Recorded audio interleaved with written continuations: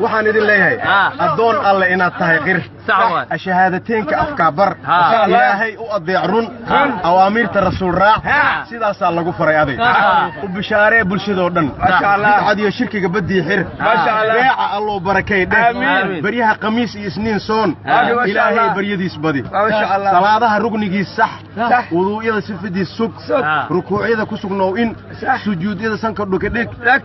sunooyinka ha ka tagin wad hadduu ruux muslim galo gaf haka gees marina gartiis gal garabsiin dhaaf ku garsoor xaq keligaada lagu gelin god waxbana kuma galaan gun ku tarbiyay ubadka 7 jir kan tacliin diidka naftii tun tajwiidkii diinta tafsiir bar waxa tawfiiq aan lahayn tuf yaan la taagnaan tuftii xun labada waalid wax weyn tar walaali qaraabo wax qeyr far kan wax ku diido wanaagtus wehelkii gooy adle wasiyada rasuulka wa taariikh dadkiina maqanow umada walaalihiina duruufta hayso soo afuriya ma sha Allah